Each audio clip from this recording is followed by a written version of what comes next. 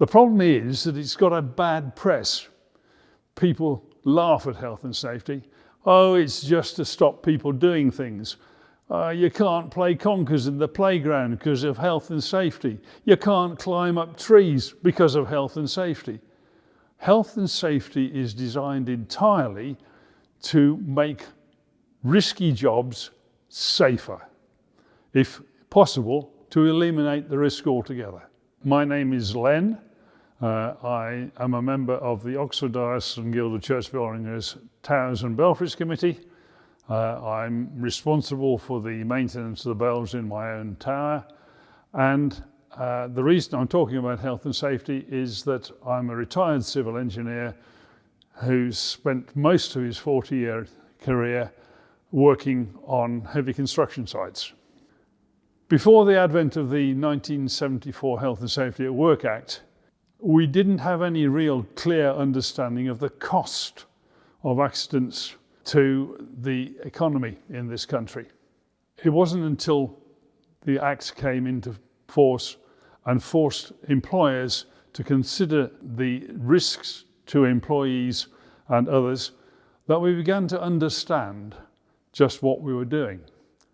Routine maintenance in most towers is done by volunteers who are not employees of the church and are doing it out of their interest in bells and bell ringing.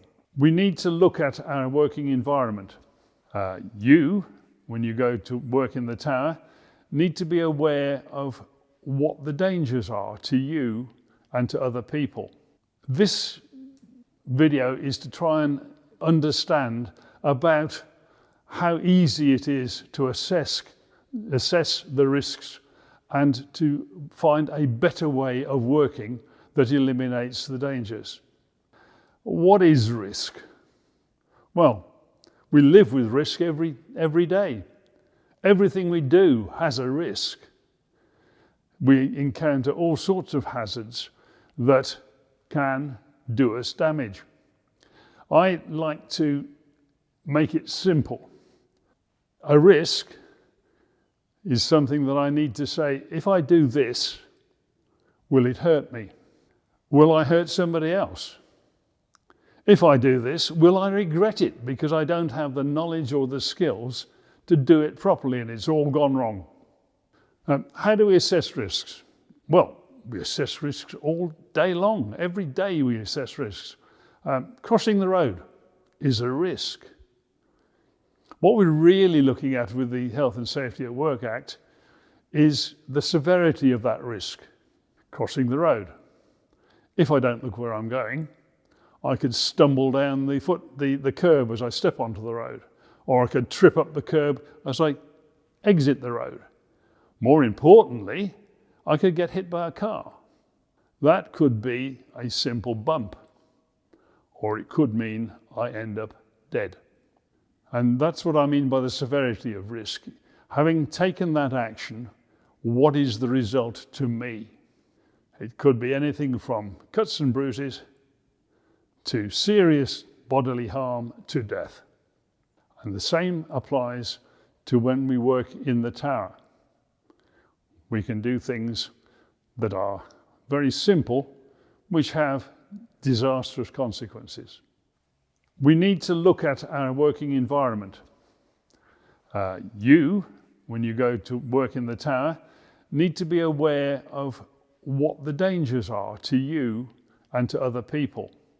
When working in the tower, one frequently comes across ladders to gain access from one room to another.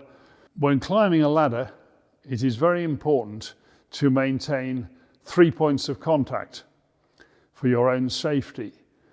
2 feet on the rungs, 1 hand. 2 hands, 1 foot. The same principle applies when working on top of the frame. At all times, try and keep 1 hand on a bell wheel, a stay, or something that you can support yourself with while moving around the top of the frame. This will help you to avoid unnecessary falls.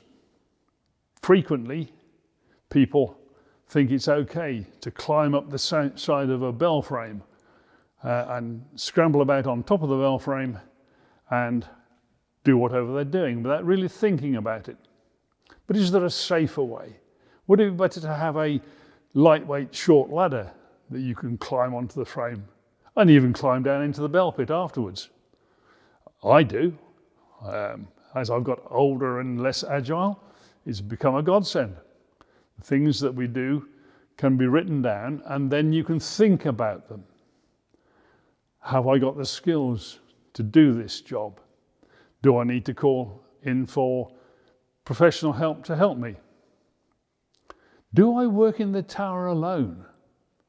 Well, very unwise if you do, because if you do have a fall, then you haven't got anybody to call for help. And the health and safety at work statistics show that most of our injuries are caused by slips, trips, and falls. Look at your environment of the tower. From the entrance door, up the stairs, in the ringing room, in the clock room if you have one, in the bell chamber itself. Are there worn stairs, loose handrails, dodgy ladders where the top isn't fixed securely, holes in the floor, worn carpet? Look at all of your environment and list all the things that you think might cause you a hazard, might cause you an injury, and then think about what you can do to improve them. When it comes to working in the tower, you need to be aware that if you're not careful, you're going to fall into the bell pit if you're clambering around on the top of the frame. You need to be aware that if you're loosening things, they may drop off and land on your foot. All of this is assessing your working environment, assessing the risks, and thinking about not doing the silly things. The Health and Safety at Work Act advises you to write all these things down, listing them and recording them so that you can show that you are doing the job right. There are a number of good publications. The ODG Towers and Belfries Committee website has a very useful guide to health and safety which contains a checklist of the things that you should look for in working in the tower. The Central Council of Bell Ringers also has a very useful publication, as do other organisations, all of which are readily available and give you good guidance as to how to do risk assessments and record them. If you've got it recorded, at least it shows that you are thinking about it and can always add to it and improve it.